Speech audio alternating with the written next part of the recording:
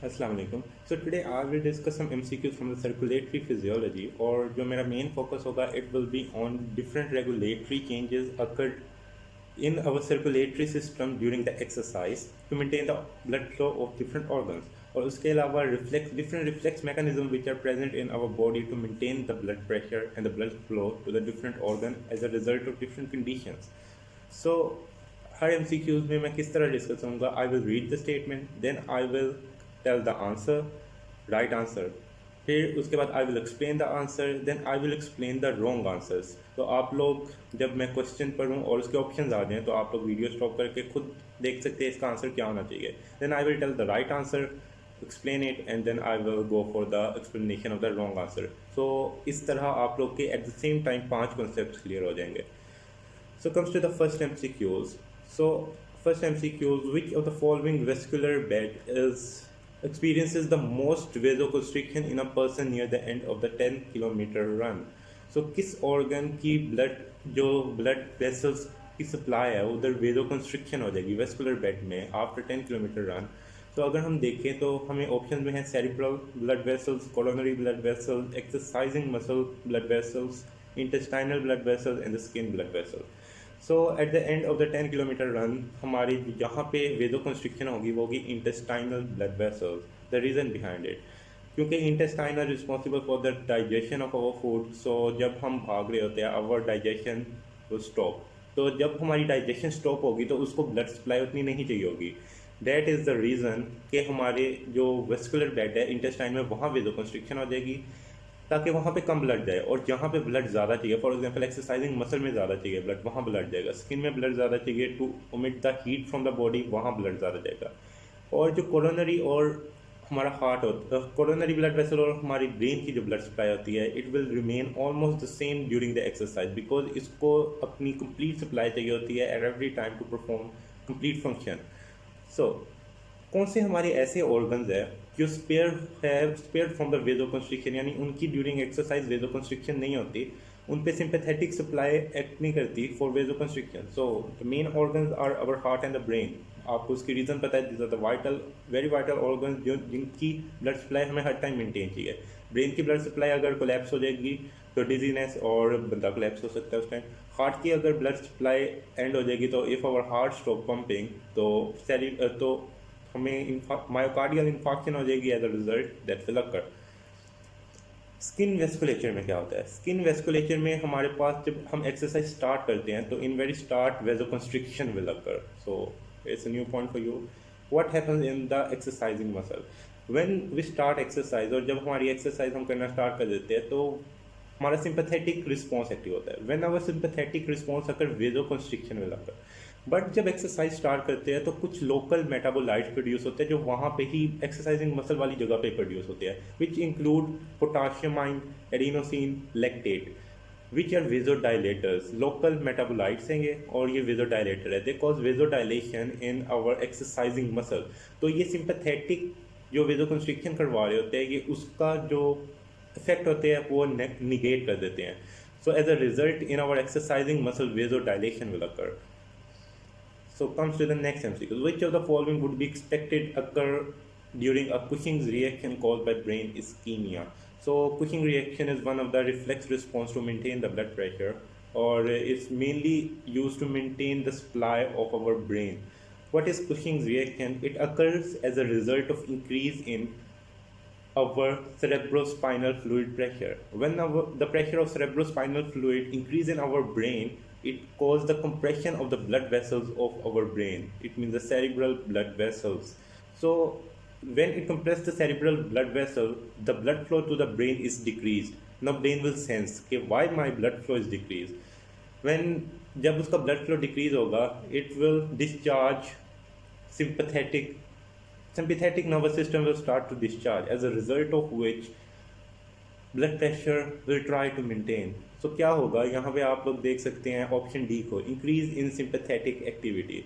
Sympathetic activity answer is delta. जब sympathetic activity increase होगी तो हार्ट कॉन्ट्रैक्टिलिटी विल इंक्रीज. तो हार्ट ट्राई करेगा कि ब्लड प्रेशर ब्रेन का मेंटेन कर सके। वो कैसे मेंटेन होगा? जितना प्रेशर उस पर सेरेब्रोस्पाइनल फ्लूइड लगा रहा है उतना ही अगर ब्लड वेसल्स के अंदर प्रेशर हो जाएगा तो ब्लड फ्लो नॉर्मल हो सकता है। Cushing reaction is a type of CNS ischemic response. CNS ischemic response में ब्रेन का इस्कीमिया आ रहा होता है due to less blood supply. Cushing reaction में इसकी हम प्राइमरी कॉज हमें पता होती है कि जब कुशिंग रिएक्शन होगा तो प्राइमरी कॉज होगी कि cerebrospinal fluid is causing the constriction of the blood vessels of the brain.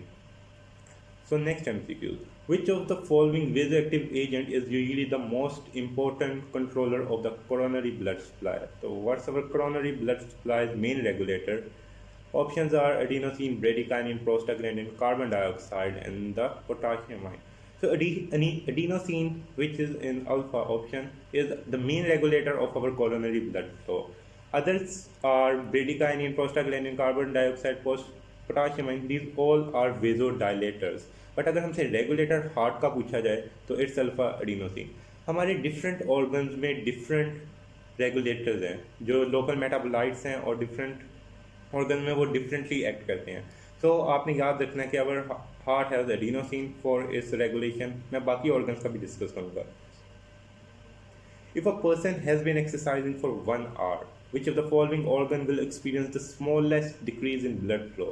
किन organs का smallest decrease in blood flow होगा ये मैं आप लोगों को पहले बता चुका हूँ। इन ऑप्शन में आप लोग देखते हैं brain, intestine, kidney, non exercising skeletal muscle and pancreas.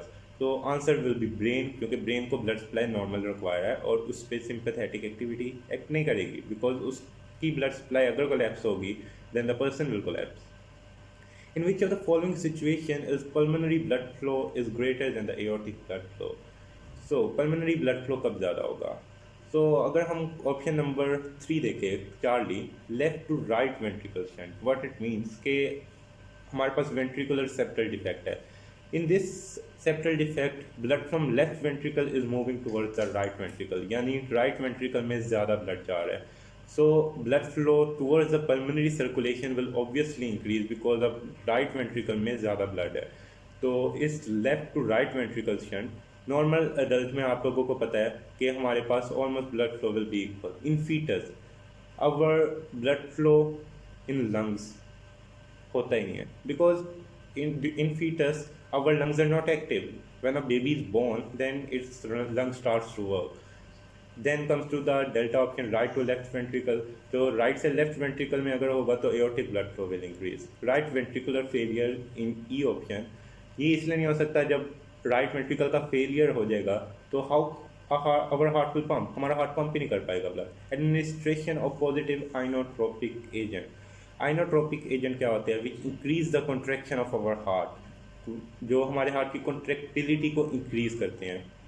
तो अगर पॉजिटिव आइनोट्रोपिक एजेंट देंगे तो हमारा राइट और लेफ्ट दोनों ही इक्वली हमारे पास स्ट्रॉन्गली कॉन्ट्रैक्ट करना स्टार्ट कर देंगे। During exercise total peripheral resistance decrease because of the effect of. हमारे पास अब ये 5 ऑप्शन है, आप लोग रीड कर सकते हैं। The right answer is local metabolites of the skeletal muscle arterioles. आप लोगों को मैंने पहले भी बताया लोकल मेटाबोलाइट्स हमारे पास जो होते हैं वो उधर ही प्रोड्यूस होते हैं जहाँ पे एक्सरसाइजिंग मसल होते हैं। What are the local metabolites of the skeletal muscle arterioles? They are basically adenosine, potassium and lactate. तो ये क्या है? ये तीनों वेजोडाइलेटर्स हैं।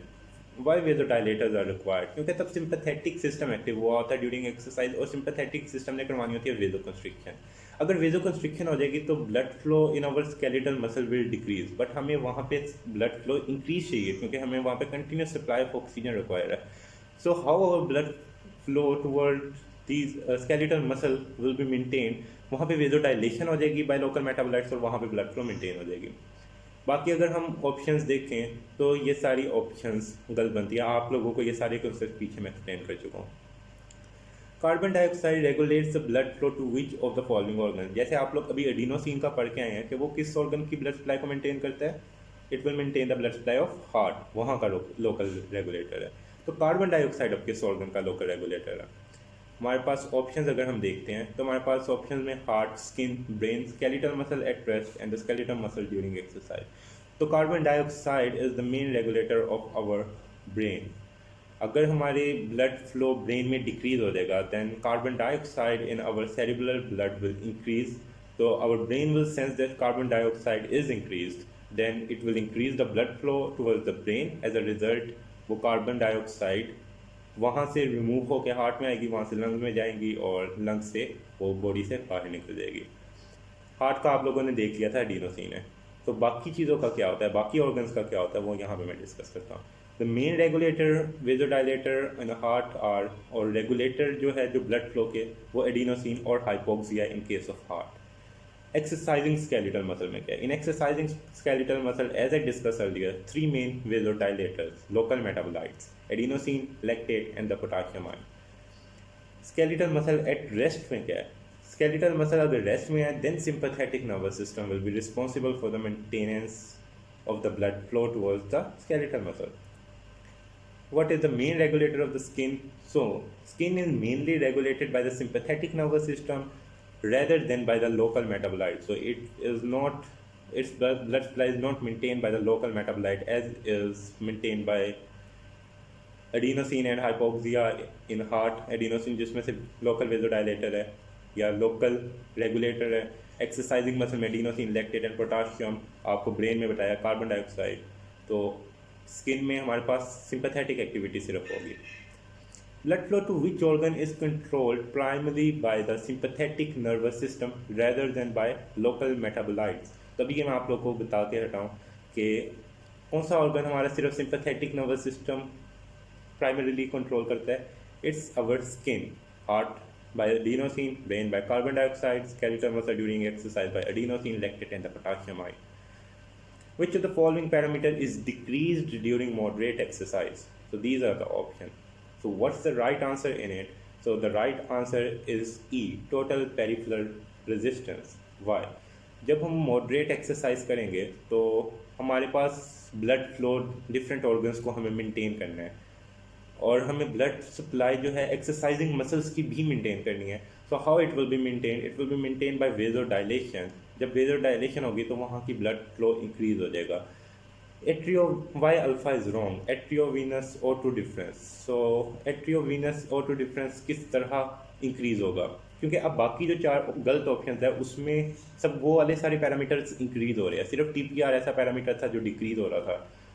एट्रियोवीनस O2 difference will increase, yes, because atria में जो आर्टरीज में ब्लड गया है उसमें जो ऑक्सीजन है they will consume in the required organs, और वीनस की जो ऑक्सीजन होगी वो कम हो जाएगी, जो वीनस रिटर्न में ऑक्सीजन हमारे पास ब्लड के थ्रू वापस आ रही होगी। तो arteriovenous O2 difference will increase. Heart rate exercise में इंक्रीज करता है, कार्डिक आउटपुट इंक्रीज हो जाएगी। Pulse pressure, yes, stroke volume will increase as a result of which pulse pressure will increase, क्योंकि मैंने आप लोगों को पिछली वीडियो में बताया था स्ट्रोक वॉल्यूम और पल्स प्रेशर का डायरेक्ट रिलेशन होता है। So comes to the next MCQ. Which agent is released or secreted after a hemorrhage and causes an increase in renal sodium absorption? So which hormone is responsible for the absorption of the sodium ion? So the absorption जो होती है ना sodium ion की, mainly regulated by one hormone जो कि aldosterone है, it's E. So aldosterone तो इसकी मेंटेन कर देगा. Why not other options? Atrial natriuretic peptide, it increases the natriuresis. Now what's the natriuresis? Increase in the excretion of the sodium ion.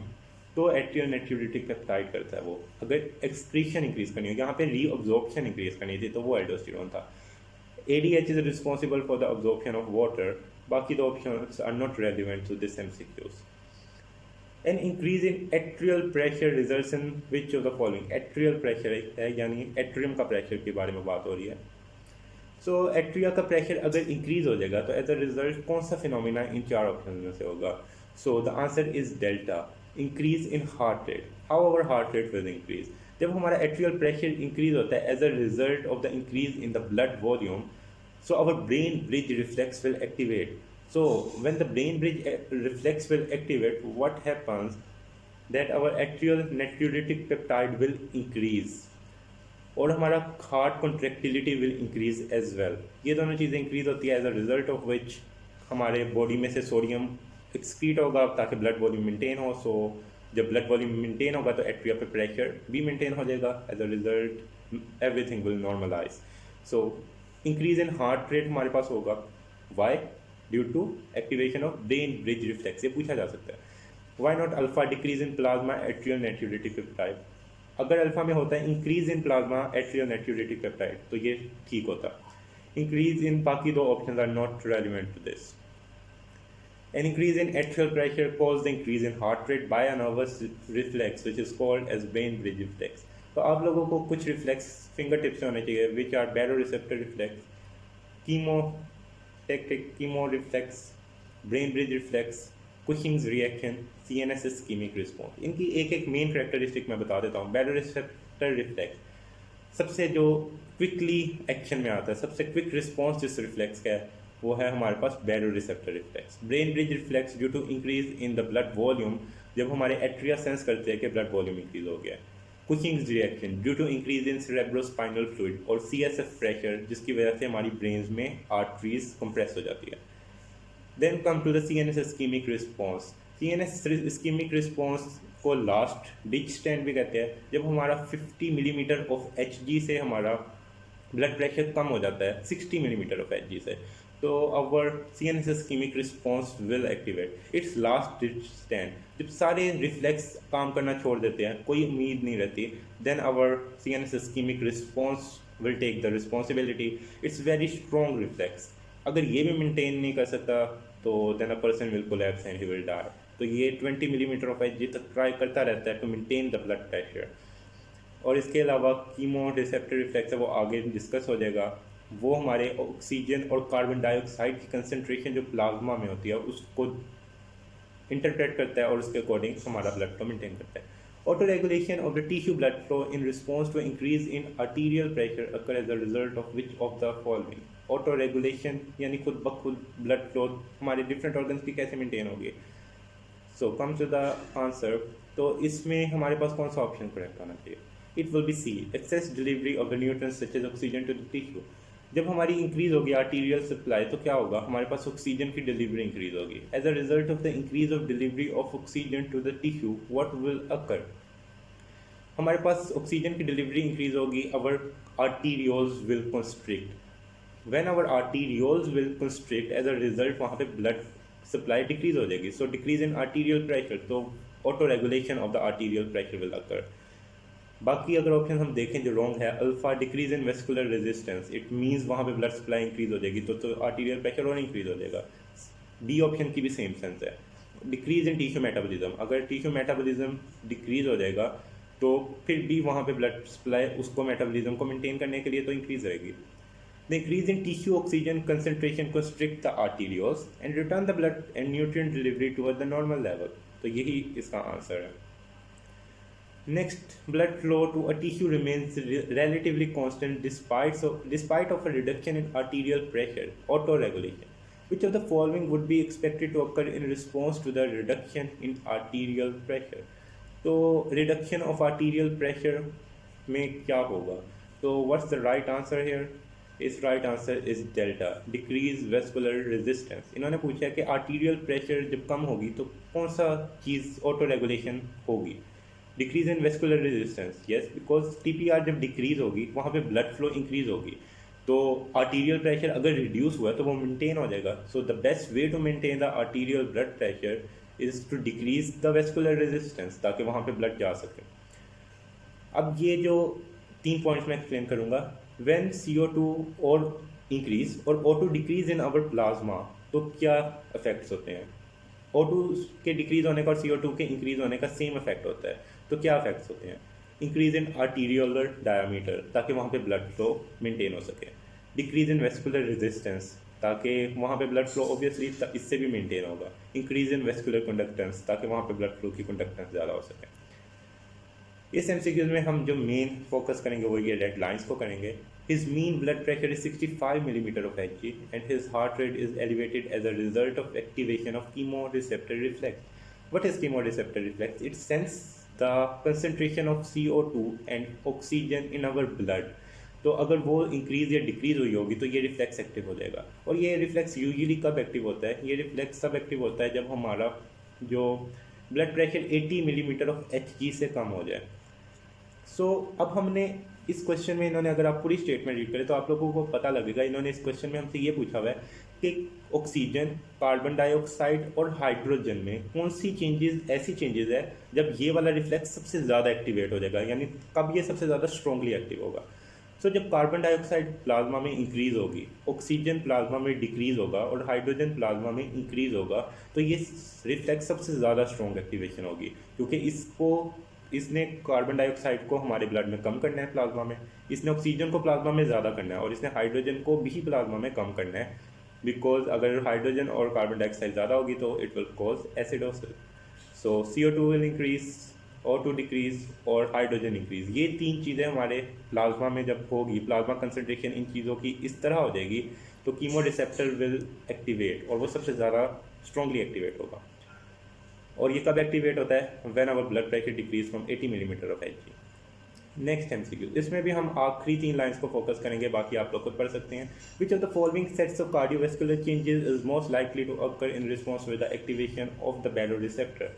तो what is baroreceptor reflex?